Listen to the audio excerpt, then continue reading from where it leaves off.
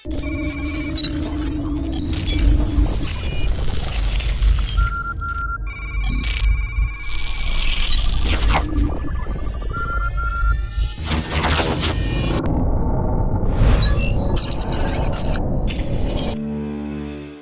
welcome our CTO คุณ Karen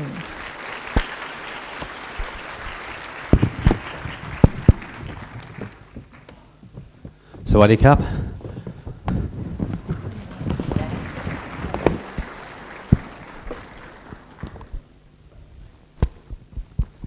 First of all, I'd like to say a big thank you for all of the work that you've all done last year and for the support that you've got from your families. It was a huge year for technology, as it was for the bank in change, and I want to say thank you to you all and to your families for the amount of work and effort that you put in. Can I also ask what's wrong with the front rows? You don't get shot if you sit in the front row. Okay, so today I want to share a little bit and look and reflect on what we've done last year, and I'm going to start then look into what we're going to do in the coming year and go into some of the highlights of what we're going to have to do and how we're going to adapt, how we in technology are going to need to grow our skills and our capabilities to meet the constant growth of the organization and the expansion of the organization. The thing I wanted to look at mainly in relation to last year is how many projects we in technology delivered within the bank. We come across different questions about what is technology delivering. We deliver all of the technology aspects. We're there in one way or another. So what we've done, you can see the major things. Okay, we all know about Easy. Everyone knows about Easy. It got the big banners. But there was a huge amount of other things that we did. You know, Murex. Murex is the market system. Murex is one of the biggest contributors to our balance sheet from a marketing point of view. That was struggling for a number of years before even getting started. We actually delivered that and made a full cutover last year. So a great feat and a great accomplishment in what the Murex team did. We did customer onboarding. Now, it sounds very simple, but the way in which we've re-engineered with our business, re-engineered the whole of the customer onboarding process. You've got a juristic that used to take several hours that now takes 20 minutes. We've got individual that used to take anything up to 30 to 40 minutes can now be done in less than a minute because we've re-engineered that. We've used new toolkits. We've used new interaction with our customers. That was built by the technology team. We look about and we talk about API and microservices. It is a big change that we've done within our technology infrastructure. It is and is being recognized by other organizations and by big leading technologists in the region as being one of the fastest deliveries of an API and microservices layer that's happened in this market. And in fact, I know banks that have taken several years to achieve what was achieved by this team in 12 months last year. And we look at the importance of data and the data lake. When we embarked on this, we were really not sure where we were going to get and how we were going to actually create the capability of data in this organization. Data insights and the collateral of data is one of the most important trends in banking. So we've actually moved very, very quickly to get to a maturity level. We've still got more to do, but we've got a maturity level very quickly, and that's, again, being built out by the team. But these are the banner ones. We've also done a lot which no one hears about. I get constant messages from different people in the business. When I look at the corporate business, we've delivered new capability to the corporate business, which is creating differentiation. We've got the operations support team that have built a lot of new quick wins that have made a very big difference in how we actually do operations and even how we actually interact with our customer. The other thing that we've done is things like Salesforce. We've rebuilt that foundation because we could never use all of the capabilities. So we rebuilt that whole foundation, and now we've got to look at through this year's how do we exploit that foundation a lot more, because we've got the capability and we're releasing new function to our business because we've rebuilt the foundation in a different way. Now we look at those are the projects, but look at the other things that we're doing. I think that within the practice and the academies, we've done a lot of soft skills. We've started to get more insights into what technology trends, the work that you're doing in the blockchain, and some of the exercises we're doing there. The academies are starting to show that they're a real capability, and they're going to show more through 2018. So we've also started to build an environment where we can create the learning culture for you all to use. Okay, so I'm not going to go into all of the details, but I just want to give you the highlights. What's going to happen in 2018? We're going to expand our capability. We are going to be using more new technology. We're going to be exploiting traditional technology. It's a combination of two, but as long as we can exploit the best of both worlds so that we can deliver new business experiences to our external customer and to our internal customer. So we're going to use a lot more technology. Every meeting in this bank always mentions technology at least once. And it's about how we actually blend new technologies with traditional capability. That means we're going to move faster. Okay, we're going to be a collective team. And what do I mean by a collective team? We are always going to be working with the business. We're going to be working with partners. We have got a huge amount of work to do in technology. Everything that's going to happen is going to happen with the participation of technology. So we've got to learn better how we work with our business, closer with our business, even addressing their problems as well as the technical solution. We've also got to leverage partners. I've said this, I think, repeatedly in every town hall. We are a small, tight unit, and we've got to learn how to leverage external partners to help us to deliver things in a quicker and better fashion. But we've also got to learn better about actually making sure we retain a lot of skills. So let's look at some examples of collaboration that we've already achieved. We've achieved quite a lot that people don't talk about. You know, SCB Easy was a collaborative model. It was not one team, it was multiple teams. Yes, we did leverage an external capability for skills that we didn't have. Yes, we've got a small team from SCB in there, and we need to grow that team in there, because the idea is that the SCB team will operate that platform. And when I mean operate, we'll do the constant enhancement of that going forward. But the team have been involved very heavily, and we work very tightly with the business in a very agile manner. So there's one example, that collaboration. We've got to improve that collaboration, but there's a real example of what was achieved. I think a really, really good example was individual onboarding. I think in individual onboarding, the team, the delivery team in the bank, put the hand up and said, we want to have a go. We want to actually try and do this because there's a heuristic that's being done over there. We want to build individual. Now, they didn't have all the skills. So what we did is we blended a team. And that team actually have created a capability where you can now open a new product in a branch in less than a minute. And that was a real team effort with our own technology team, working and partnering with the skills that we could gain from the partner, and working very closely with the business on how we were going to design all of this. So it's a real partnership, and we're going to do more of these going forward. Another example of this is Sherlock. Sherlock has blended existing capability that we've got within the bank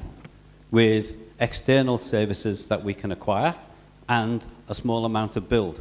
So what we've managed to do is we've managed to blend three components to create something which is,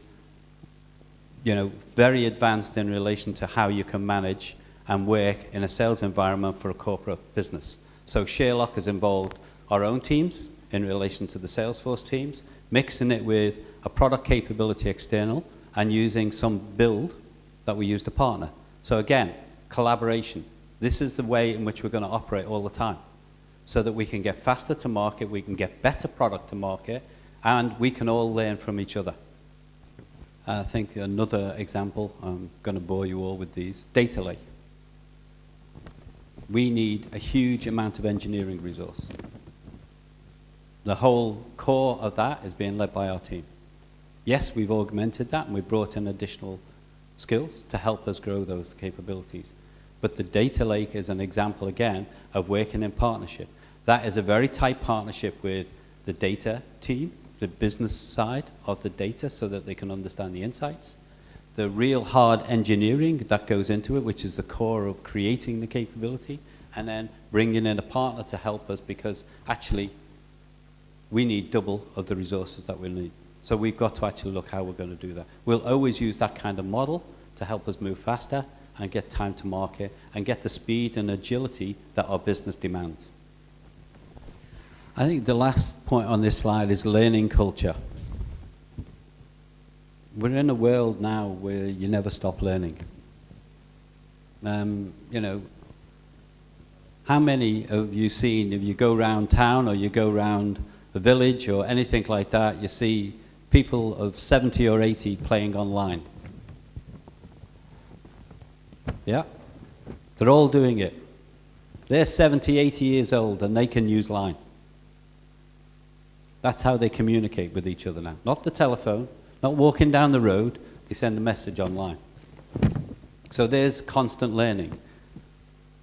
What we've got to do is create a learning culture in our own organization. From my point of view, I'm still learning. I think everyone in our leadership is always learning something new every day. So it's this learning culture, because that's how we're going to grow in our capability.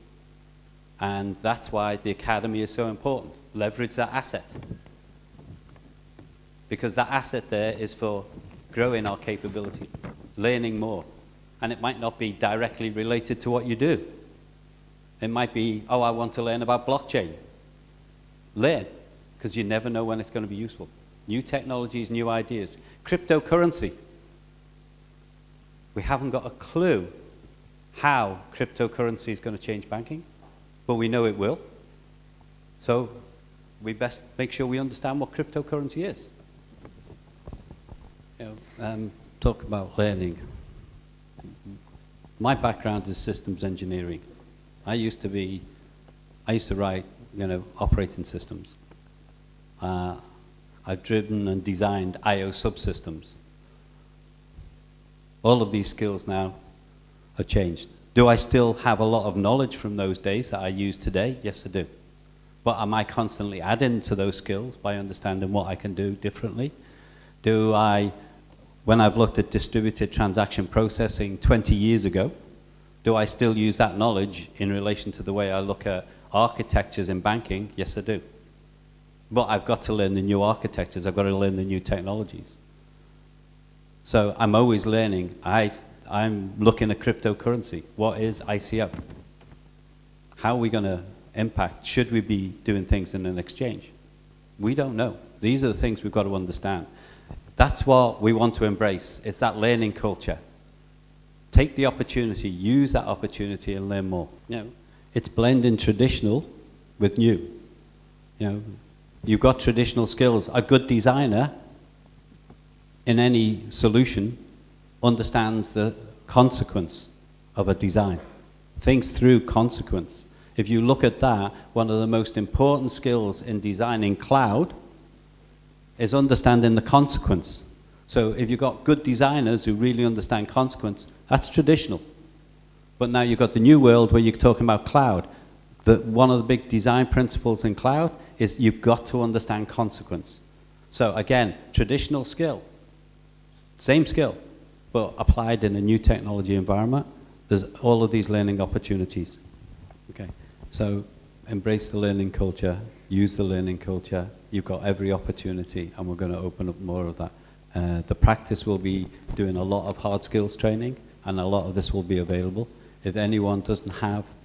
access to it, if anyone doesn't know what's in, please go and see the team. They're always available. They sit on the 20th floor in the corner. I know where they sit. So basically go and visit them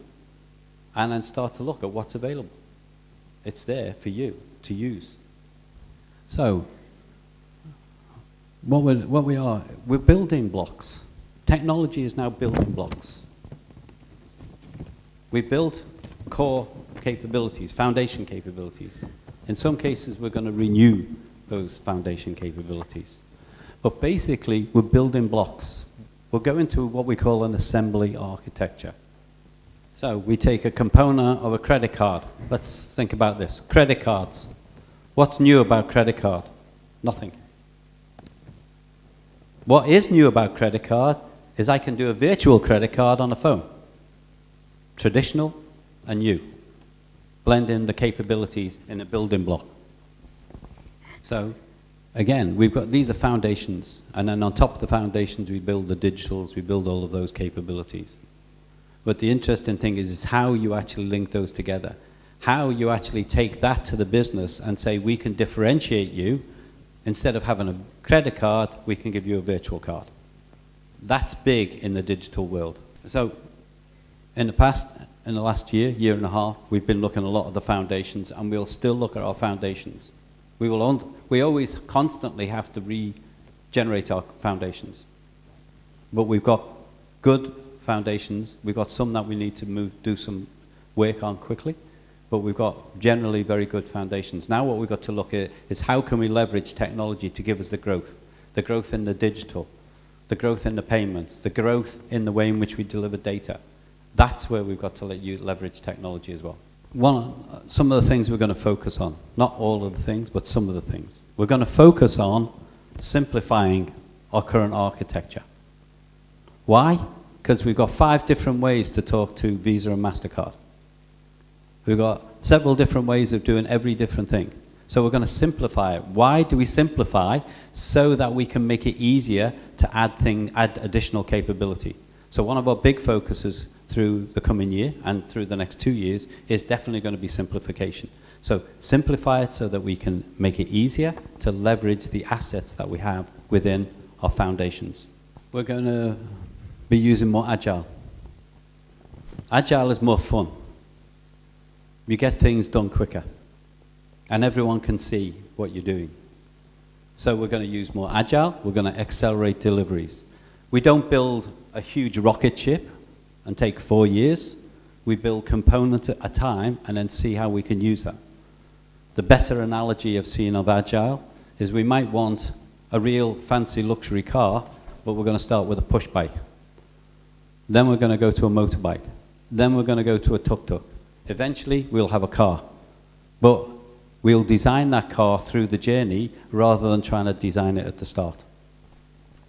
So the other thing that we're going to do in Agile, we work closer with the business.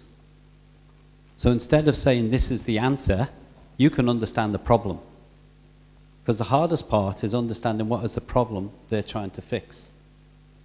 So with Agile, because of the collaboration, because it is a business and technical team, you get to understand more of what their problem is. And you've got ideas how to fix that problem.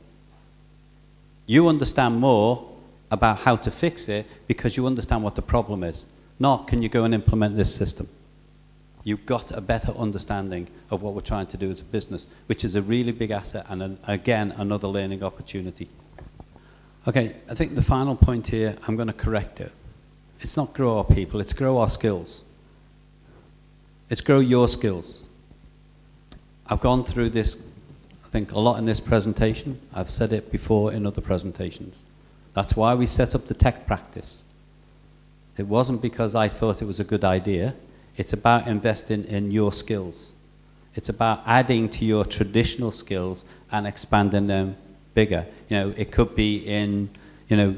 a new technique like using languages like Backbase. It could be what can we do better in networking. It could be how do we learn architecture? What do we do in blockchain? There's lots of different examples, and that's what the academy is about, is to be able to get that access to you for those training opportunities, those learning opportunities. I'm not going to go into a technical diagram on our strategy. If you want me to, and if anyone wants to really talk about the overall strategy, I'll happily run a whiteboard session and we can draw detailed diagrams on the whiteboard, because that's what I like to do. But this is a summary of what our strategy is and what we've been following for well over the last year. So what is digital? What does it mean? It's not this. That's just the manifestation of the journey. It's not a phone. Digital is about how we interact with our customer, be it internal in the bank or external. How do we interact with our customer differently? Because we interact with our customer based on the process and the way in which they want to talk to us, not based on the fact that I've got a system and this is what the system can do. So digital is about this horizontal layer which talks about the process that the customer wants, how the customer wants to interact. Not talking about, I've got a deposit system or I've got a credit card. They're not interested in that. They're interested in, I've got to spend money. I want access to funds. I want to be able to pay for an item. This is what they're interested in, and that's what digital's all about. It's enabling that whole journey in a very different way than banks have ever done it in the past. The next big component in the architecture and the strategy on technology is the API and the microservices. Why APIs? Is so that we can access the data in our traditional systems easier. Instead of building interface after interface after interface, we expose data through an API. It makes it easier when we want to do something different in the digital world to plug in and consume that data. The microservices is about building something which we can reuse. Building something small and reuse it. Great example. Juristic Onboarding built a digital signature. Not very complicated, very simple. They built the digital signature and the individual onboarding used exactly the same microservice to be able to do that. Next example in microservices. We built the microservices for individual onboarding. And we've delivered that through an iPad. We're going to take all of those microservices and APIs that we've used there, and we're going to actually deliver onboarding a product on a phone. It's all the same microservices, it's all the same APIs. The journey will be different because of the size of the screen, but that's all we change. So we get reusability by building out the APIs and the microservices. The core of a bank is how to take money, deposits, how to make lending, how to create mutual funds, how to do a lot of different base product. That is still our foundation. Some of those are traditional. We'll find new products come in over time, like blockchain. Will end up becoming a product capability, which we blend with deposits and loans. So the banking platform is still a core foundation of any bank. Still a very important component, and still is going to leverage and be leveraged within the new technologies. Now, remember, I'm talking about banking platform as technology. There is a view that expands from a business point of view, so it's the same. But basically, I look at the technology aspects, not the business aspect. So the next logical piece is if you're doing more interaction with your customer, you're going to get more transactions. So you need a neater and a better way to actually interact with payment systems external. So on the payment side, we've got to build. We've got more to do. We've got to build that payment ecosystem. It's still not big enough and not robust enough. We've got some components coming online that we've started in 2017, but we've got a lot more to do in the payment ecosystem to be able to match the volume of work that we're going to be handling in the next 3 to 5 years. Okay, bottom, data. Data is the new currency. How many times have you heard that? How many times have you read an article that said data is the new currency? Why is it the new currency? Because you can understand what people want. You can understand what they're going to do next. You can understand better so that you can lend better, so you get lower NPLs. you can understand that when they look at a website that they want to buy a fridge. Data is the currency that is going to drive the modern world. And what we've done is we've invested heavily in our data capability. The last component in this high-level diagram is cognitive. Cognitive is how you use the data. That's the machine learning. That's the artificial intelligence. You know, behind your Google search, there's artificial intelligence because they're going to know what you're going to do next. How many people use Amazon? If you use Amazon and buy a book, the next thing they do is come and tell you, this is the next book you should buy. Why? Because they've got cognitive services. We're doing an experiment right now with Microsoft, where we're trying to look at how we build that data, that cognitive, into a customer experience when the customer is on the mobile or when they're actually on a call. So this is how you take data and actually realize real value by putting it into customer experience. Okay, if what we're going to be doing through this year, the architecture team are going to be starting to have more sessions where they can go into more detail on the architecture, so you can see what that means. So, you know, if you want to understand the API, if you want to understand all of those things, then if you want to understand what we're doing within the overall flow of control of the information within our systems, the architecture team are going to be running sessions through this year as we get more maturity and more detail, and then they can start sharing that in detail with you all. Right, thank you. ขอบคุณครับ ขอบคุณครับ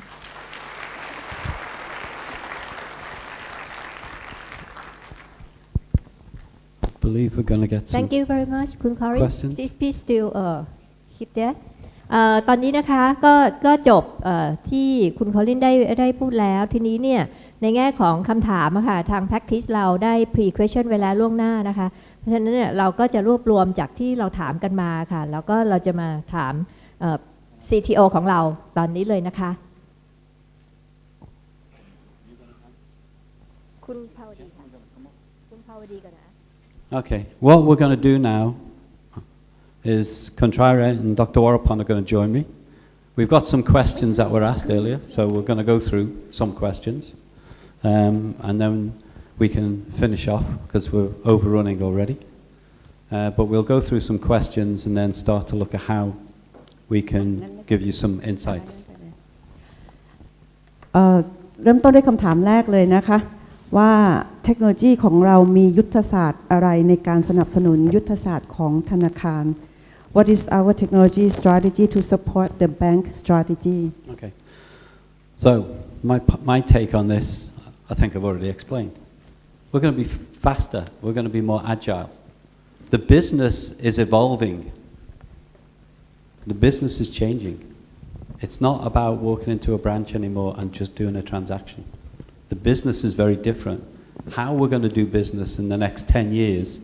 against what we've done for the last 10 years is going to be very different. So what we need to do is we need to be agile. We need to be able to respond quickly with solution, with new capability, and we need to understand what our business wants to do. So the tech strategy is about having the building blocks, being an assembly architecture, and then adding whatever component is that we need to actually make that customer differentiator, that customer benefit. And that will be working with other organizations as well. Do you want to? คือจริงถ้าอย่างที่พวกเราคุยครับผมว่าอย่างที่เราเห็นนะครับแบงก์ก็จะที่คุณอาทิตย์พูดถึงเกี่ยวกับเรื่องของภาพรวมของแบงก์ที่จะเปลี่ยนไปซึ่งจะเห็นว่าจริงๆเราจะแบงก์จะเปลี่ยนไปใช้เกี่ยวกับเรื่องพวกเทคโนโลยีมากขึ้นเรื่องโซลูชันใหม่ๆเรื่องระบบที่มันจะต้องออโตเมตมากขึ้นนะครับแล้วก็ใช้แมชชีนเข้ามาเกี่ยวข้องมากขึ้นก็ในแง่ของเทคโนโลยีเองเราก็คงพยายามจะเอาโซลูชันพวกนั้นเข้ามาเพื่อที่จะคืออย่างที่พวกเราเห็นนะครับเดี๋ยวนี้เราก็ต้องพยายามเดินไปพร้อมๆกับทางธุรกิจทำยังไงก็ตามที่เราสามารถจะซัพพอร์ตทางธุรกิจแล้วก็เราก็อาจจะมองหาโซลูชันใหม่ๆที่เข้ามาทำให้โซลูชันพวกนั้นนะครับความต้องการของธุรกิจเนี่ยเราสามารถจะตอบสนองได้ดีขึ้นเร็วขึ้นแล้วก็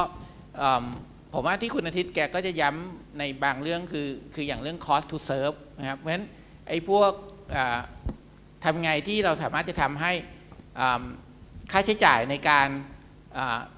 ติดต่อลูกค้าให้บริการกับลูกค้านี่มันถูกลงดังนั้นเทคโนโลยีพวกนี้ก็จะเข้ามามีส่วนสำคัญ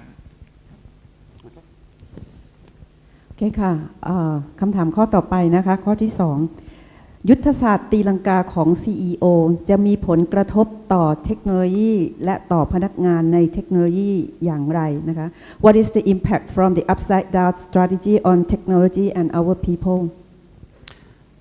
Well, look at the upside down strategy. What is the upside down strategy? It means things that we thought were small could be big. Things that are big may not reduce in size, but because the other thing's grown, they will be smaller. So, what does it mean to us in technology is we've got to be responsive to different ways the bank is going to grow. We've already made it clear that we're going to do a lot more in lending, unsecured lending. Right now we do very little. So how do we in technology respond to that? How do we in technology respond to the fact that we need more data insights? How do we create more capability? How do we in technology respond to actually making the business more effective? All of those are technology initiatives that are going to need the skills of people in this room from a traditional and from a new capability to be able to make that happen. It's going to be a core ingredient of the delivery. ผมว่ามันก็คือจะมีทั้งข่าวดีแล้วก็ข่าวร้ายครับข่าวดีเอาข่าวดีก่อนแล้วกันนะครับเดี๋ยวข่าวร้ายค่อยฟังข่าวดีก็คือว่าผมว่าเทคโนโลยีก็จะมีความสำคัญมากขึ้นนะครับก็เราก็จะไม่ใช่เหมือนกับพวก back office หรือว่า support function มันก็จะต้องเข้าไปอยู่ข้างหน้ามากขึ้นข่าวร้ายที่มากับข่าวดีคือพอมันมีความสำคัญมากขึ้นโฟกัสมันก็ความคาดหวังก็จะมากขึ้นนะครับคือเมื่อก่อนเวลาระบบก็ผมว่าพวกเราคงรู้ครับเมื่อก่อนเวลาระบบมีปัญหาเนี่ยก็โอเคก็มีการติดตามนะครับเดี๋ยวนี้ระบบมีปัญหาก็มีการติดตามเข้มงวดมากขึ้นมีการวัดผลมากขึ้นนะครับแล้วก็อีกอย่างหนึ่งที่ผมว่าเราอาจจะต้องดูก็คือว่าทำยังไงให้เราพร้อมที่จะก้าวไปกับของใหม่ๆที่แบงก์กำลังจะก้าวไปแน่นอนว่าคือมีการพูดถึงเรื่อง people จริงๆแล้วอย่างที่คุณคอลลินหรืออย่างที่พี่แอนพยายามจะทำมาตลอดก็คือว่าพยายามทำไงให้ตัวเราครับพัฒนาตัวเองขึ้นมาเพื่อที่จะก้าวเข้าไปแล้วก็เราสามารถจะไปพร้อมๆกับที่ business เขาจะเปลี่ยนแปลงไปอย่างรวดเร็วนะครับก็นั่นก็คงเป็นอีกข่าวร้ายข่าวหนึ่งที่พวกเราก็อาจจะต้องทั้งที่เคยคุยกันนะครับว่าโอเคเรื่อง learning เนี่ยมันเป็นเรื่องที่มันขึ้นอยู่กับตัวเราด้วยครับคือจะมาแบบไม่ว่า practice เขาจะมาพยายามให้เราเท่าไหร่แต่ถ้าเราไม่รับเราไม่พยายามจะขวนขวายเราไม่พยายามจะเข้าไป go beyond ของตัวเองขึ้นไปครับมันก็คงไม่เกิดขึ้นนะครับ I understood go beyond. And you need to go beyond. You've got a lot of work to do, believe me. Next question. โอเคค่ะคำถามต่อไปนะคะที่ CEO แถลงว่าธนาคารจะลงทุนจำนวนมากในเรื่องดิจิทัลและเทคโนโลยีนั้นส่วนใหญ่เราลงทุนในเรื่องใดและเราคาดหวังว่าจะได้รับประโยชน์อะไรตอบแทนจากการลงทุน The bank will invest a lot of money in technology. What are the major investment areas and what are the expected benefits? I think we've already been pretty clear. Digital is going to be a major investment. Data is going to be a major investment. We've still got to invest in our foundation systems. That's still going to be a big investment for us. I kicked off yesterday the whole new capability in financial management systems. So that's a big foundation. So digital, data, and our core foundations. We're going to be doing more in the payment because the payment is important. But the other thing that we've got to recognize is we don't know what the world's going to look like in 10 years' time. None of us do. Who uses Amazon? Does anyone use Amazon? Oh, there's an overwhelming number. The thing about Amazon, 10 years ago, who would have invested in Amazon? Had you invested in Amazon, you would be really rich. You'd have lots of money. But who would invest in it? We don't know what's going to change. We're in a disruptive environment. New things can happen very quickly. So while we will invest in digital, we'll invest in data, we'll invest in payments, we'll invest in our platforms and our foundations. We will continue to make those investments. We will also rely on technology to be agile and quick to give us response to things that are going to come new. Because if we don't respond quickly, either another competitor will or another organization that's not even in the banking world will. So we've got to be agile. And that's the big thing from the investment point of view. Things will happen quickly. Some things will never take off, but we've got to be able to experiment. And that's where technology is going to be really important. Doctor. ครับก็อย่างที่คุณคอลินแจ้งให้ทราบก็คือ agility และความสามารถในการ response กับ demand จากฝั่งธุรกิจเนี่ยเป็นสิ่งที่พูดง่ายๆว่าสำคัญอย่างยิ่งยวดสำหรับพวกเรานะเวลาเนี่ยเป็นศัตรูที่สำคัญถ้าเราสามารถที่จะทำอะไรได้เร็วๆเนี่ยมันก็จะเป็นประโยชน์ทำให้เราสามารถตอบสนองกับธุรกิจและมีเวลาไปทำอย่างอื่นมากขึ้นทีนี้ความสามารถในการ deliver สิ่งพวกนี้เนี่ยบางทีเราอาจจะทำไม่ทันเพราะว่าปกติในอดีตแต่อดีตจนถึงปัจจุบันเนี่ยพวกเราทำงานกันก็ทำงานเป็นลักษณะคล้ายๆเป็น waterfall นะก็ถ้าจะเปลี่ยนออกมาเป็นลักษณะ agile เนี่ยมันก็ต้องทำให้มันมีความสามารถมีความคล่องตัวในการ response กับ demand จากฝั่งธุรกิจได้ยกตัวอย่าง investment ที่เราลงไป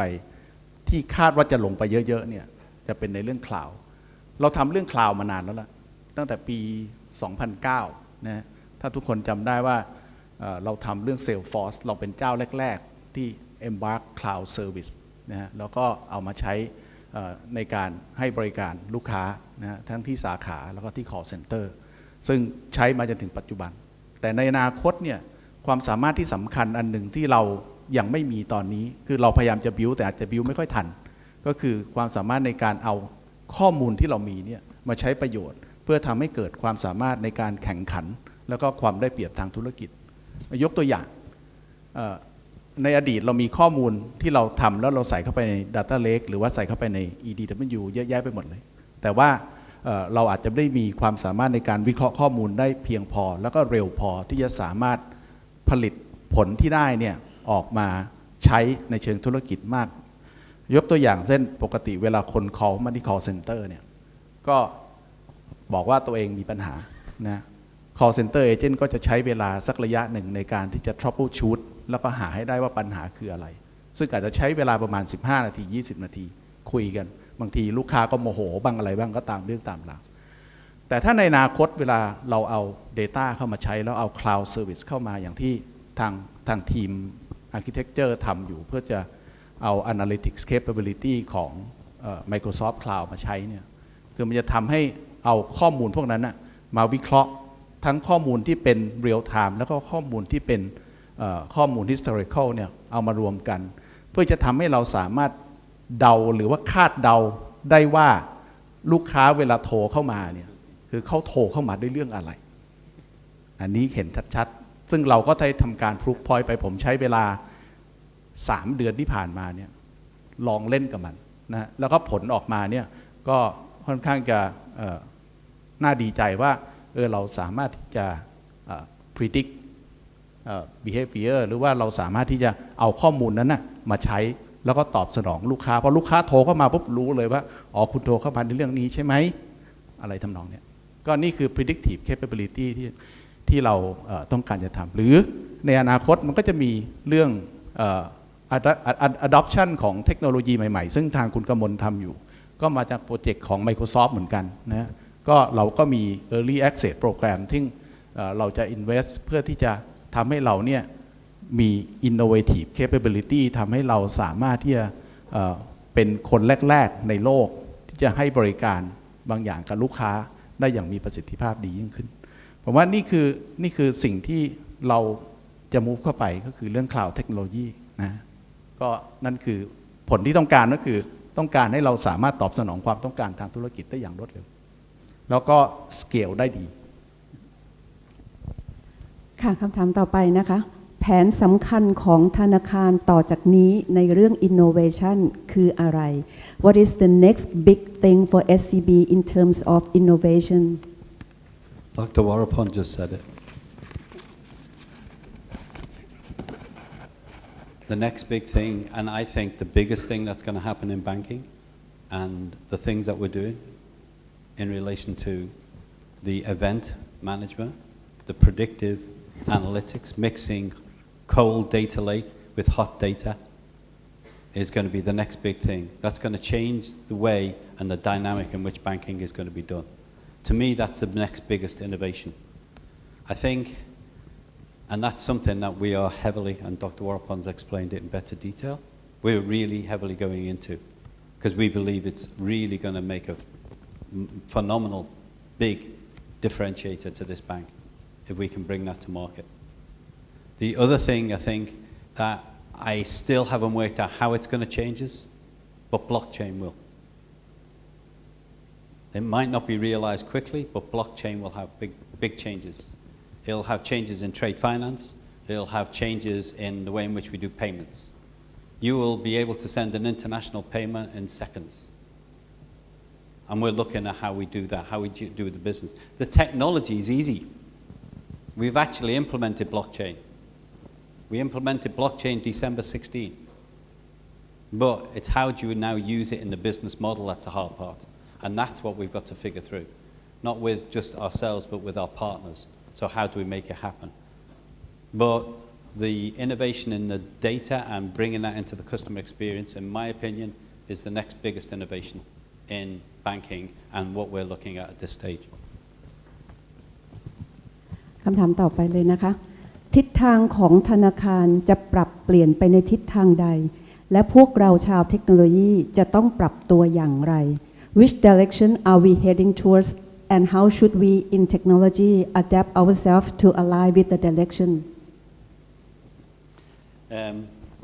Open mind. Go chai, open mind. Think different. That's how we're going to have to adapt. The direction is going to be traditional capability, mix it with new capability and reinvent a business. That's all it is. A bank still needs a deposit, a bank still needs a credit card, a bank still needs a loan, but how you actually do that with the customer, who you partner to do that with, will all be different. So you've got to have an open mind. Yes, this is how we did it before. But how are we going to do it? How do we reach out to our customers differently is going to be a big difference. How do we manage risk is going to be a big difference. You know, China, they do credit scores on Facebook. So there's a lot of things that are going to happen. What you've got to do is have an open mind. Think about what we're trying to achieve from a business, and then use your knowledge of what you've got in the technology today and what other you know about in future technologies to mix together to actually create the capability. คำถามต่อไปนะคะ แนวโน้มธนาคารในอนาคตจะเป็นอย่างไร และมีความหมายหรือผลกระทบอย่างไรต่อเทคโนโลยีของเรา What is the future trend in banking and what does this mean to our technology? I think we've answered the question several times. I don't know, does anyone think we've missed anything? Cloud, obviously. ถ้าจะเสริมอีกนิดนึงเกี่ยวกับเรื่องของ future trend ใน banking ครับคือจริงๆสิ่งที่ทางผู้ใหญ่เขากังวลกันเยอะๆก็คือการที่ทำยังไงแบงก์มันถึงยังจะมีความจำเป็นอยู่ในชีวิตประจำวันนะครับจริงๆสิ่งที่เราทำอยู่เราเป็นเหมือนตัวกลางใช่ไหมครับเราเป็นเหมือนกับ middleman ที่ก็รับเงินฝากมาข้างหนึ่งแล้วเราก็ปล่อยเงินกู้อีกข้างหนึ่งเราก็ทำกำไรตนส่วนต่างเรื่องพวกนี้หรือว่าเราก็เป็นตัวกลางที่แบบเหมือนกับว่าเป็นตัวที่เวลาเปิด LC เราก็มีความน่าเชื่อถือที่คู่ค้าเขาจะเชื่อว่าถ้า LC อยู่กับเราแล้วมันมีความเป็นไปได้ที่สุดท้ายจะได้เงินแต่ว่าอย่างที่เรารู้ครับด้วยพวกฟินเทคใหม่ๆเดี๋ยวนี้เรื่องตัวกลางพวกนี้มันก็จะมีความสำคัญลดลงเรื่อยๆและอีกอย่างหนึ่งที่กังวลเยอะก็คือเรื่องของฟรีใช่ไหมครับ ทีนี้ผมว่าสิ่งที่ผู้ใหญ่พูดถึงเยอะแล้วก็พยายามจะให้เป็นคือทำยังไงที่แบงก์อ่ะมันจะมีความสำคัญในชีวิตประจำวันจริงๆคืออย่างที่เราเห็นพวกเราเจอครับเราเปิดไลน์ทุกวันเราเข้า Facebook ทุกวันแต่ว่าเราเข้าโมบายแบงกิ้งเราเข้าอินเทอร์เน็ตแบงกิ้งตอนสิ้นเดือนหรือตอนที่จำเป็นจริงๆมาเข้าสิ้นเดือนก็โหลดเยอะไม่ค่อยอยากให้มาเข้าเท่าไหร่นะ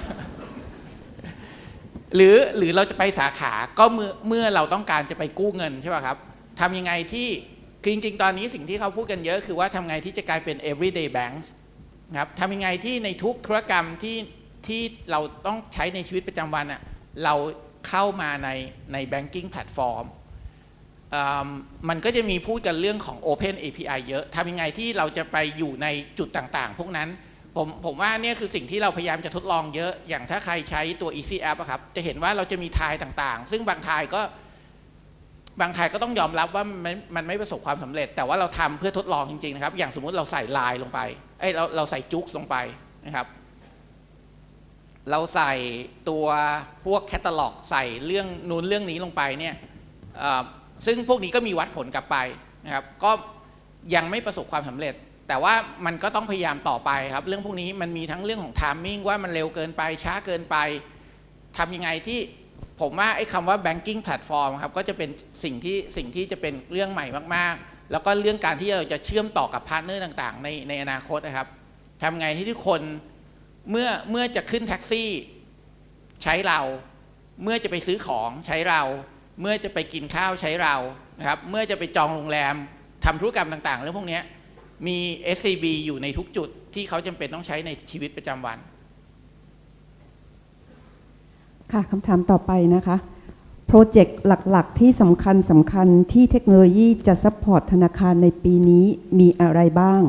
What are the key strategic projects at the bank level that our technology will support this year? Everyone. Every single project we do involves technology. It's as simple as that. We're going to be doing some very big projects in relation to foundation. The biggest one is going to be, our financial management system is going to have to be replaced because it's getting old. We're going to be doing more in digital. We're going to be doing more in data. We're going to be doing a lot more in our payment ecosystem. Even if you look at what you did last year, Office 365, collaboration, it's all based on technology. So I don't think there is many projects that I can see on the list that won't involve technology in one way or another. So my answer is virtually every project will involve technology. คำถามต่อไปน่าจะเป็นคำถามที่หลายคนรอคอยนะคะธนาคารมีแผนจะปรับโครงสร้างองค์กรของเทคโนโลยีอีกหรือไม่ Is there any plan for reorganization in technology? Yes. Every year we're going to change. Every single year we're going to modify. Does anyone think that we can stand still? We can't. If we stand still, everyone's going to run past. So every year we're going to change because what we do as a business is going to change. What technologies we're going to change. I want this technology team to be more in the business. So yes, we are going to change. We're going to look at what we've got to do in that year and we're going to say, how do we need to change? Sometimes it will be a big change. Sometimes it will only be a small change. But we will change. That's the constant.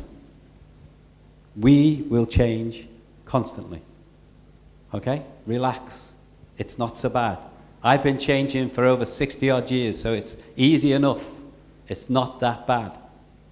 Okay? So it's a constant program. That's the new norm. คำถามต่อไปนะคะโปรเจกต์หรืองานต่างๆที่เราทำให้ธุรกิจเราจะสามารถวัด value ที่ได้รับอย่างไร How can we measure the technology value realization when delivering the technology projects? It's very hard. We can only realize value when the business can monetize. Now, who would have guessed 5 years ago that Line would be so popular in Thailand? Did anyone buy shares in Line 5 years ago?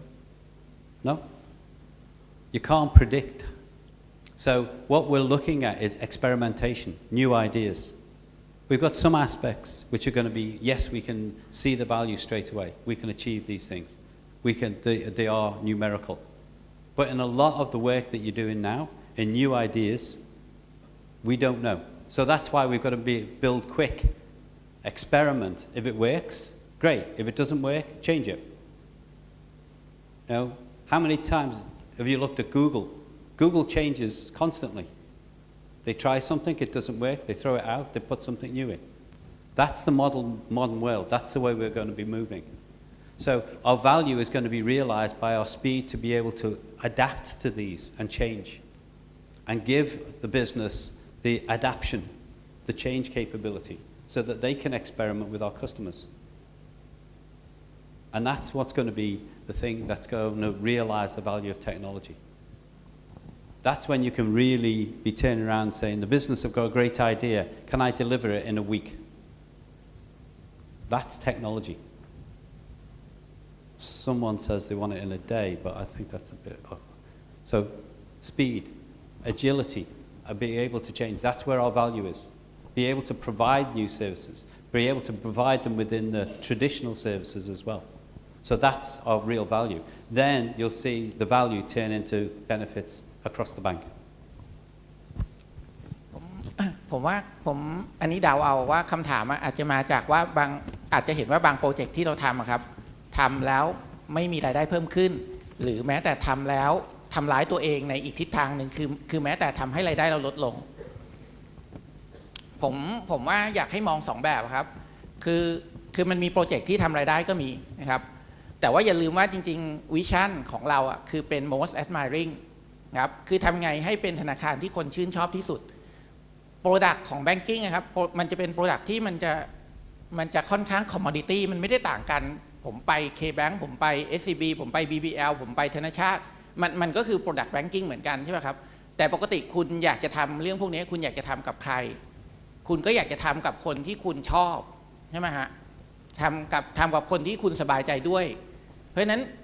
บางอย่างที่ทำลงไปครับมันทำเพื่อให้คนรักเรารักแบบรักจริงๆไม่ได้ว่าต้องมาฝืนรักเราไม่ได้เป็นเพราะว่าเปโรอยู่กับเปโรของบริษัทนี้อยู่กับเราแล้วก็เลยต้องมาใช้โปรดักต์ของเราแต่ว่าผมว่าจริงๆตัวหนึ่งที่ทางแบงก์วัดเยอะคือ NPS ครับ Net Promoter Score ครับเราก็จะเริ่มเห็นว่าคนรักเรามากขึ้นทั้งจากเรื่องของความง่ายของโปรดักต์ที่ดีขึ้นทั้งเรื่องของฟรีที่เราลดลงเรื่องความสะดวกสบายในการติดต่อช่องทางต่างๆที่เราให้บริการเพราะฉะนั้นไอ้เรื่องการวัดพวกนี้มันก็จะวัดยากแล้วอย่างหนึ่งที่เรากำลังจะทำคือว่าบางอย่างเราไม่จำเป็นต้องทำกำไรตอนนี้ครับเราเอาคนเข้ามาในแพลตฟอร์มก่อนเอาคนมาอยู่กับแบงก์ก่อนเขาพอใจเขาแฮปปี้กับเราหลังจากนั้นนะครับจริงๆแล้วพอเขามีความสุขมีความสบายใจที่อยู่กับเราแล้วนะการที่เราจะคิดฟรีเขาลองคิดดูนะครับบางทีคุณอยากจะไปบางที่ถึงแม้ว่าฟรีมันจะแพงกว่านะครับหรือว่าน้องๆบางคนไปเที่ยวบางร้านนะครับรู้ว่าบางร้านแพงกว่าอีกร้านหนึ่งก็ยังอยากจะไปร้านนั้นหรืออะไรเงี้ยมันมีเรื่องพวกนั้นอยู่ใช่ไหมครับเพราะว่าคนมันไม่ได้ใช้เรื่องของสมองอย่างเดียวในการตัดสินใจครับเราใช้เรื่องของอารมณ์เรื่องของความรู้สึกด้วยค่ะคำถามต่อไปนะคะจะเป็นไปได้ไหมที่จะอนุญาตให้ install Line application ที่เครื่องของพนักงานเพื่อความสะดวกในการทำงานเพราะมีการคุยงานบน Line เยอะมาก Is it possible to install Line application on SCB computers as there is a lot of work related discussion on the line Why can't you survive without Line? What's the thing? Is it just the cartoons? Okay. Go ahead. ก็อันนี้น่าจะเป็นคำถามที่ถามผมมากกว่าเพราะว่าเป็นคำถามที่ตอบยากเหมือนกันเพราะว่าตอบไปแล้วบางคนอาจจะไม่พอใจบางคนก็เฉยๆอะไรเงี้ยคือผมในฐานะที่ดูแลเรื่อง security เนี่ยก็อาจจะต้องมาตอบในเรื่องนี้นะคือคำถามมีอยู่ว่าทำไมเราถึงใช้ Line in the first place มันมี communication means ที่แบงก์ provide ให้อีกหลายอย่างนะ implication ที่มีเนี่ยเรื่อง Line เนี่ย Line เนี่ยเป็น cloud service ชนิดหนึ่งแต่ cloud service ที่ข้อมูลอะไรก็ตามที่คุณใส่เข้าไปใน Line คีย์เข้าไปมันเหมือนถูก record ไว้ตลอดเวลาแต่ record อันนั้นน่ะเราไม่สามารถเรียกมาดู หรือว่าเอามาวิเคราะห์ดูว่ามันจะมีผลกับความเสี่ยงของธนาคารมากน้อยแค่ไหนอันนี้พูดกันแฟร์ๆนะฮะอย่าเพิ่งโกรธนะคนที่เป็น Line fanatic อันนี้ผมพูดในฐานะว่าข้อมูลเนี่ยไปแล้วไปเลยนะฮะยกเว้นข้อมูลที่อยู่ในเครื่องของท่านเนี่ยก็โอเคอาจจะเรียกมาดูได้ตัวอย่างมีทั้งข้อดีและข้อเสียข้อดีก็คือโอเคติดต่อได้เร็วทำการสะดวกนะแต่ว่าข้อเสียก็มีก็อย่างที่เกิดขึ้นปีที่แล้วที่เราในฐานะคนที่เป็น good citizen เตือนคนอื่นเรื่อง ATM ว่าATM เราเนี่ยโดน compromise นะมีบัตรใครมาใช้ให้คุณระวังนะปรากฏว่าข้อมูลนี้ก็ลีกเข้าไปใน LINE แล้วกลายเป็นเราเป็นจำเลยของสังคมว่าเฮ้ย SCB ทำข้อมูลรั่วไหลทั้งที่เราเนี่ยไปเตือนแบงก์อื่นให้ระวังแล้วก็ให้ handle เรื่องนี้ก็อันนั้นเป็นข้อไม่ดีแต่ข้อดีก็คือเวลาเกิด crisis LINE เนี่ยจะเป็นเครื่องมือที่ทุกคนสามารถที่จะคุยกันได้อย่างรวดเร็วสร้างห้องนู่นนี่นั่นได้รวดเร็วคือความสามารถแบบนี้เนี่ยในธนาคารมีไหมมันก็มีนะที่เราใช้ Office 365เนี่ยมันก็มีทั้งแยมเมอร์มันก็มีทั้งทีมนะมันก็มีวิธีการอีกหลายอย่างซึ่งเราSkype ที่เราสามารถเอามาใช้ร่วมกันคือถามผมในเทอม politically correct ผมก็จะบอกว่าให้ใช้ utility ที่ธนาคารเป็นคน provide ให้เพราะในฐานะผู้ให้บริการทางด้านการเงินเนี่ยคุณต้อง comply ตาม regulation ก็คือความสามารถในการ audit หรือความสามารถในการที่จะ trace back whatever ที่คุณทำหรือ activity อะไรที่คุณมีแต่ถ้าคุณใช้ Line ข้อมูลส่วนนั้น loss นะฮะก็เป็นต้นต่อทีนี้สิ่งเนี้ยถ้าเกิดเราเอา Line มาใช้ตอนนี้เราใช้กัน casual ก็คือใช้ในโมบายแต่ถ้าคุณเอามาถึง desktop เมื่อไหร่ทีนี้จุดที่มันมีความเป็นไปได้ว่ามันจะเกิดข้อมูลรั่วไหลเนี่ยมันจะเยอะมากเพราะว่าทาง security เองนี่จะไม่สามารถที่จะช่วยตรวจหรือว่า detect การรั่วไหลของข้อมูลนั้นเพราะฉะนั้นถ้าถามผมไม่สนับสนุนให้ติดตั้ง Line application บน desktop นะฮะก็ถ้าจะใช้แบบ personal use เพื่อการสื่อสารที่รวดเร็วเราก็ไม่ได้บล็อกนะก็ไม่ได้ห้ามก็เชิญใช้ตามปกติแต่ว่าให้ใช้ด้วยความระมัดระวังเพราะว่าเรื่อง security เนี่ยแฟกเตอร์สำคัญเนี่ยไม่ได้อยู่ที่ระบบแต่อยู่ที่ตัวท่านเองแต่ละท่านเนี่ยมีสติพอที่จะ make sure ว่าเราไม่ทำให้ข้อมูลของแบงค์เนี่ยรั่วไหลออกไปโดยที่เราไม่รู้ตัวหรือเปล่าก็อันนี้ฝากไว้แค่นี้ค่ะคำถามต่อไปนะคะปีที่ผ่านมาท่านคิดว่างานใดที่เทคโนโลยีได้ทำสำเร็จและสร้างคุณค่าให้กับธนาคารได้ดีที่สุดและมีงานใดที่ไม่ประสบความสำเร็จ In the past year, what do you see as the most successful project that technology have delivered in respect to value to the bank and what was a failure? What is a success? I'm not going to name any individual project. What's been successful is that everyone in technology is actually working to get the projects delivered successfully. Everyone gets involved. Everyone helps. It starts off with, the design team and the requirements. It goes through and looks at how we're going to build solutions. It looks at the security. We look at the architecture. We look at how it's going to run as a system. We actually then tune it. We look at the testing to make sure it's reliable. The most successful thing we've achieved last year is we built a team of people who are dedicated to achieve the outcome, to implement successful projects and make sure they run. So from my point of view, success is measured by the team and all of the team participating across all of the projects that we've done. Yes, some have been more successful from a press point of view. Some have been less noticed. But every single project has been delivered because of the participation of everybody in this room. Because everybody owns their part and supports their part. And that's the important thing. That's the success that we've achieved in 2017. And that's, I think, the most important thing for you to all recognize. 122 projects could not be delivered without everyone's participation. Everyone's got to lend a hand. Everyone's got to support the delivery. If people say, oh, I'll let them get on with it, it doesn't happen. If people say, oh, it's not my job, it doesn't happen. It happens because all of you care, all of you want to support each other, and all of you want to make sure things are successful. That's how we measure success. จริงๆถ้าสำหรับผมครับผมว่าผมไม่ได้ตีความว่าโปรเจกต์มันมีโปรเจกต์ success กับโปรเจกต์ fail ผมมีแต่โปรเจกต์ที่ได้ถูกทำกับโปรเจกต์ที่ไม่ถูกทำนะครับเพราะว่าสุดท้ายถ้าเราได้ทำมันนะครับมันก็มีอะไรเกิดขึ้นทีนี้ผมไม่แน่ใจว่าอย่างคนถามครับว่าเราจะตีความคำว่าโปรเจกต์ที่ fail ยังไงตีความว่ามันไม่มีลูกค้าเหรอหรือตีความว่ามันไม่มี revenue เหรอหรือตีความว่ามันไปสร้างผลกระทบหรืออะไรอย่างเงี้ยเหรอครับผมว่าไม่ว่าโปรเจกต์ไหนที่เราได้ทำขึ้นไปครับเราได้อะไรบางอย่างจากมันกลับขึ้นมาเสมอไม่ว่าจะเป็นสกิลของเราไม่ว่าจะรู้ว่าสุดท้ายคืออย่างน้อยสุดท้ายถ้าไม่มีลูกค้าใช้เราก็จะรู้ว่าฟีเจอร์อย่างนี้ลูกค้าไม่ชอบครับอันนั้นก็จะเป็นฟีดแบ็กที่ทำให้เราเอาไปใช้ต่อไปในอนาคตได้เพราะฉะนั้นมันไม่มีหรอกครับโปรเจกต์ที่เฟลในมุมมองของเรามีแต่โปรเจกต์ที่สุดท้ายถ้ามันไม่เป็นไปอย่างที่เราคิดเราเรียนรู้อะไรจากมันแล้วเราได้ทำมันได้เต็มความสามารถแล้วหรือยังนะครับกับสุดท้ายก็คือจริงๆถ้าผมมองว่ามันจะน่าเสียดายกว่าถ้าเรามัวแต่คิดแล้วก็ไม่ลงมือทำมันนะครับอย่างนี้คือตอนนี้ mindset ในแบงก์ก็จะเปลี่ยนไปเยอะนะครับทางในแง่ของธุรกิจก็เหมือนกันคือว่าถ้าเรามัวแต่จะถามกันว่าเฮ้ยลูกค้าจะใช้ไหม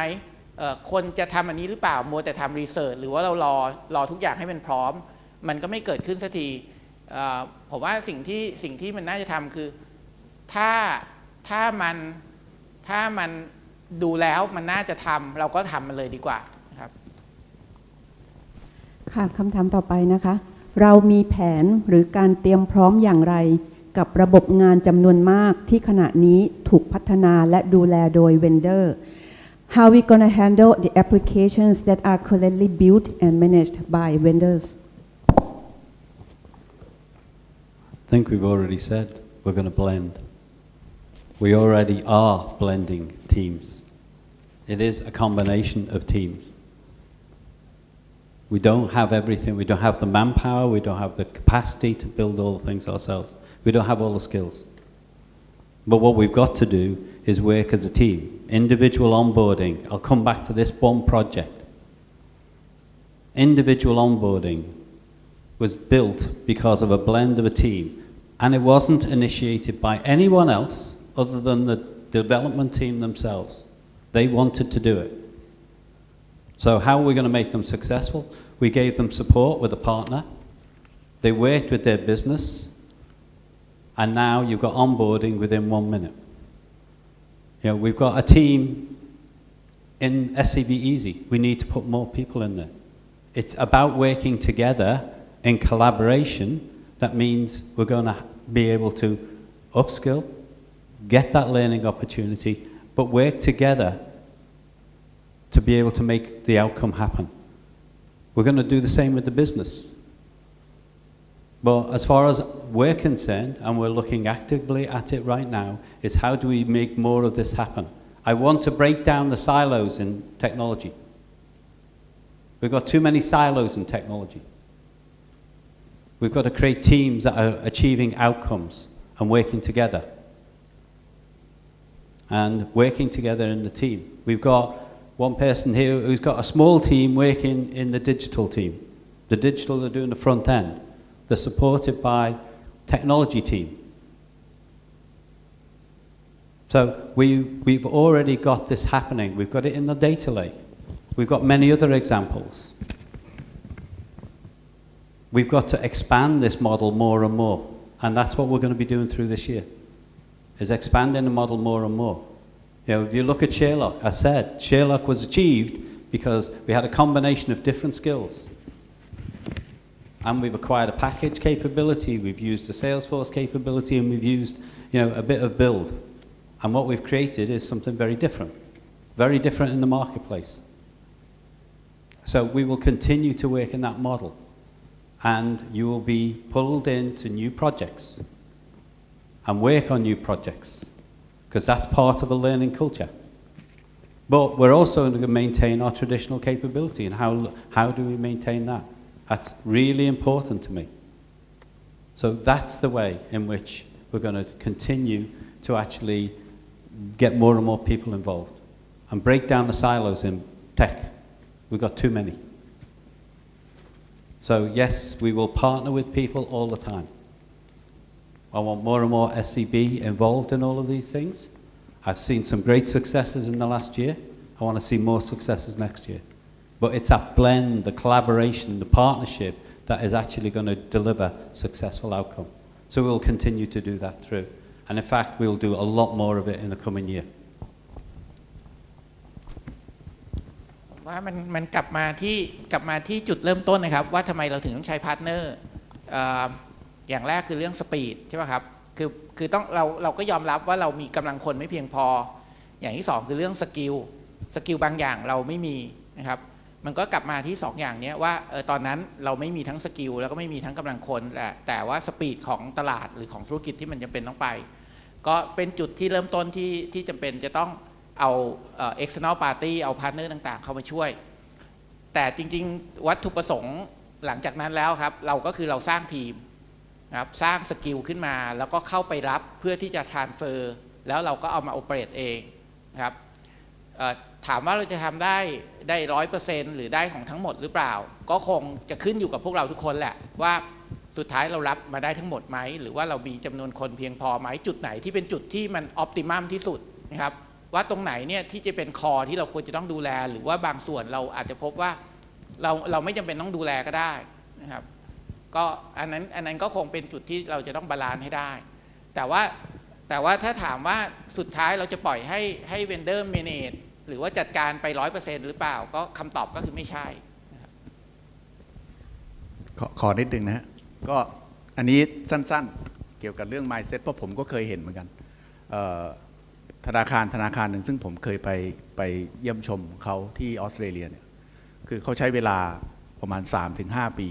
ในการที่จะทำให้เกิด culture ของการทำงานร่วมกันระหว่างบริษัทที่เขา outsource กับคนของธนาคารเขาซึ่งผมก็เข้าใจว่าในปีที่ผ่านมาเนี่ยพวกเรา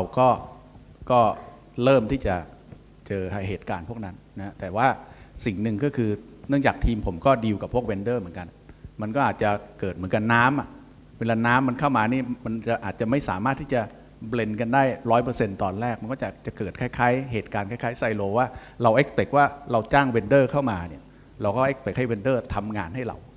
แต่จริงๆแล้วถ้าเกิดคุณทำใจให้กว้างก็บอกโอเคมันอาจจะเป็นสกิลที่เราขาดเราเอาเขาเข้ามาเรา embrace เขาคำพูด embrace อีกแล้วนะก็คือให้เขาเนี่ยเข้ามาร่วมทีมแล้วก็ใช้ความรู้ความสามารถของเขาในขณะเดียวกันที่เรา interact กับเขาเนี่ยเราก็แอบสอบสิ่งที่เขามีมันก็จะทำให้เกิด culture ซึ่งมีการ blend in แล้วก็เป็นสิ่งที่ดีแล้วก็ productive สำหรับธนาคารค่ะเป็นคำถามสุดท้ายแล้วนะคะนโยบาย paperless มีความสำคัญมากขนาดไหนต่อ internal process ของเรา How important is the paperless policy to our internal process? Very. Go Chai. Really important. If we can't change that, we can't change anything. We are too centered around pieces of paper. I constantly have paper to sign. Got to sign these documents. Why? It's a waste of time. It's too long. Everything is governed by the movement of a piece of paper. We're a modern organization. We should use modern techniques. That's why we bought the tools. Paper is a pain. It is wasting a lot of our planet, which I object to. But more important, it wastes a lot of people's time. Doing something and saying, right, yeah, it's okay, done. Click, press the button, done. No, what we do is you take a piece of paper, you walk over to this person, can you sign it? Now you walk over to this person, can you sign it? Just how much wasted time is involved. We're all too busy. You've got more things to do. So yes, paperless is a very important project. It is sponsored at the MCOM, and we see it as a big thing that we've got to change in our organization. If we can't change paper in our organization, how can we change paper in other areas? How can we change at all? So yes, it is very important. It's not a hobby. It's something we've got to show on how we're actually going to change. And it's going to save us a lot of time and effort. So I'm personally, from my point of view, I'm going to be very happy because I don't have to then sign everything. Well, I will, but it'll just sign digitally. Okay. Running out of time. Thank you very much. But before we go, may I invite our reader here at the stage? We want to share with you that, to confirm that for this year, the collaboration is the key. The first, we all leader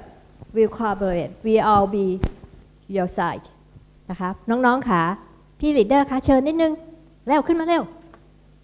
ขึ้นมาเร็วน้องๆเขาหิวข้าวแล้ว Come on, you're going to get your photograph taken again. ค่ะอยากให้น้องๆมั่นใจค่ะว่าปีนี้นะคะพวกพี่ๆนะคะอยากให้พวกเราคอลลาบอเรตกันทำงานร่วมกันช่วยกันนะคะแล้วแบงค์เราจะประสบผลสำเร็จนะคะพี่ๆทุกคนนะคะวันนี้เราอยู่บนนี้นะคะเราจะอยู่ข้างๆน้องๆโอเคไหมคะสู้เปล่าน้องเย้นะคะวันนี้พวกเราได้คีย์เมสเสจไปแล้วนะคะจาก CTO ของเราแล้วก็ลีดเดอร์ของเราทุกคนค่ะพี่หวังว่าพวกเราจะสร้างเซอร์ไพรส์สร้างสิ่งดีๆให้กับแบงค์อย่างที่ President ต้องการนะคะพวกเราสามารถที่จะคิดอะไรก็ได้นะคะที่มันเป็นประโยชน์ทำเลยค่ะเรียนรู้ทำแล้วก็ที่แว่นบอกค่ะนะคะอย่ากลัวที่จะผิดเพราะผิดเป็นการเรียนรู้ค่ะเราไม่มีการเฟลค่ะทุกโปรเจกต์เรา success หมดเพราะเราได้เรียนรู้เย้